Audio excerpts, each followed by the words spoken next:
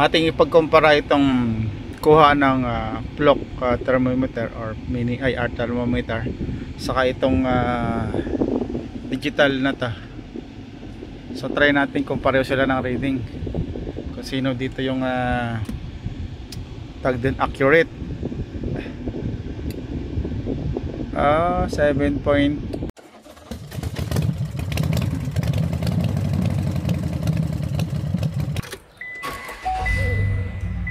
Hello guys, welcome sa King Kyoto Tricks. So may tayong gagawin dito, Chevrolet Tahoe. Ito unit na to. So nireklamo to ay aircon.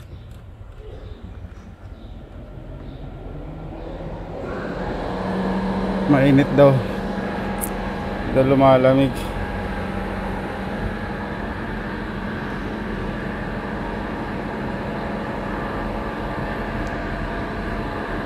So mainit nga naman.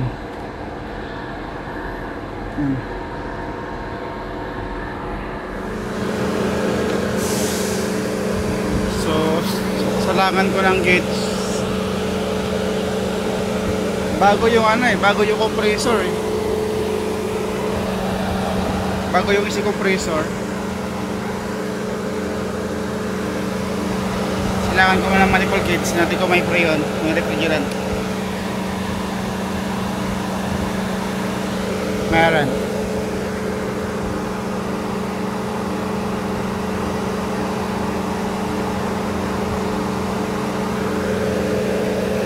Sagad. Okay. Baka overcharge to.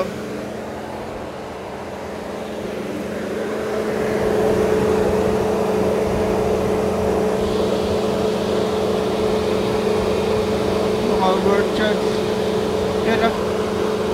Makapala yung gauge. Tingnan ko yung compressor ko nga na. Ayun. Overcharge. Kung ipitik yung compressor, bali on and off yung compressor.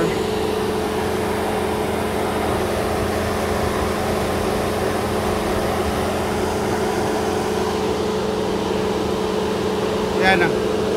So ano to, overcharge. So kailangan i-release to nung release yung freon. Yan na. Yan, minute ulit. Yan, pumalo ulit. Tumaas. So release ko muna, bawasan ko muna ng freon.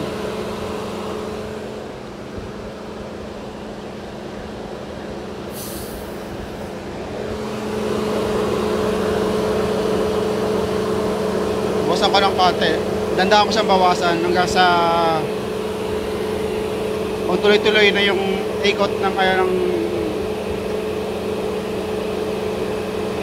tuloy-tuloy yung ikot ng compressor. Tuloy-tuloy yung gana ng clutch. Yan na, bumabalik pa. Yan na, bumababa na siya.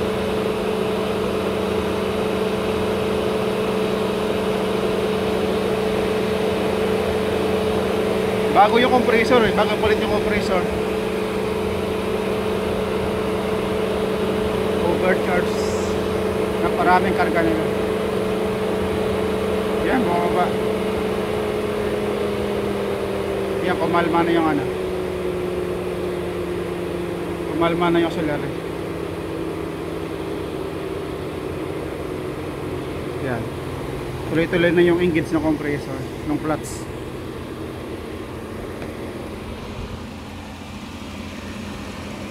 So, malamig na rin yung tubo. Ayun, 30.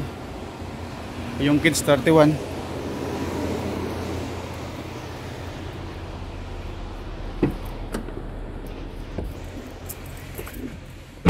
So bali ito yung temperature natin. So 28. Mayantayin pa natin, pababain pa natin.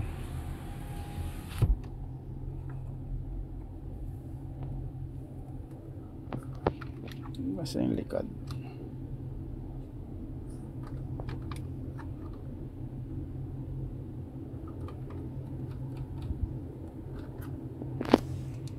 So yan, na 25 RPM na natin para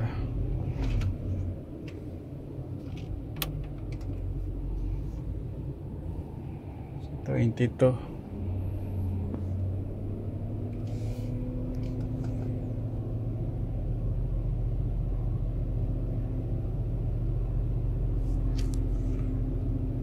Ito yung ano, ito yung problema pag na overcharge siya on in off ang compressor.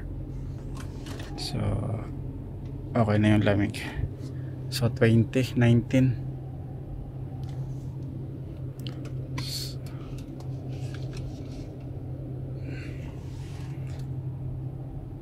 18, 19.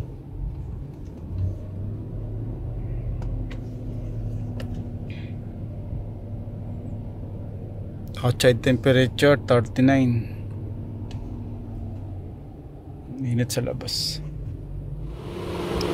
So okay na ta. 30. Ano? 30 psi pressure. Okay na ta.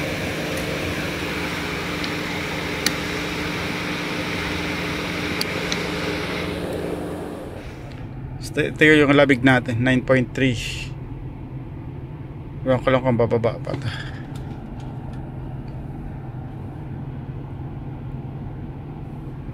Dahil naka medium yung blower. Yan, naka gitna.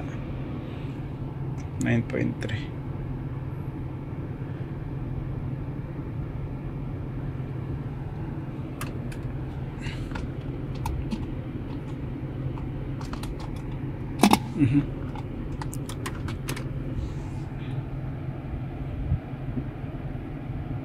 Yan na siguro pinakasagad. Pero pag binaba mo to, malamang ilungan natin, lagyan sa pinakamababa yung blower. Low speed. Ano mangyayari dyan?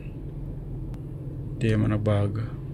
Bumaba pa 9.1. So bali 2:48 PM yung oras. So 9. Sabihin bababa pa ta.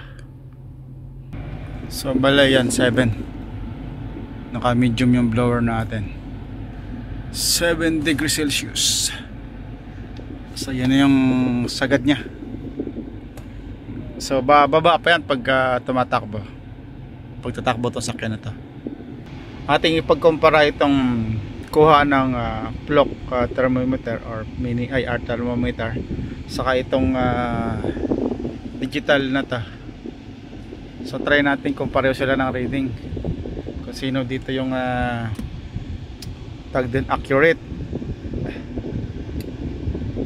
7 point. Oy, bakit hindi 7.2 o pareho 7.2 kabilang butas. 8.6 7.0. Pag nakatutok sa grills, nag-iiba yung lamig. Pag sa butas mo siya, sa loob nakatutok, yun o, ng 11, 12. So depende ko saan mo siya, kung saan tumama yung laser. Kabilang side 10, 7, yun na, 8. Pag tumatama sa grills dito, basta alin dito, pag may tamaan siya, nagbabago yung yung reading. Yan, 9.2. Pero dito hindi nagbabago, 7.2 pa rin sa kabila. 7.4, depende sa ano, kung saan napapatutok yung laser, yung ilaw. Pero hindi pa rin nagkakalayo. Yan, 8.4, 8.2. So 7.8.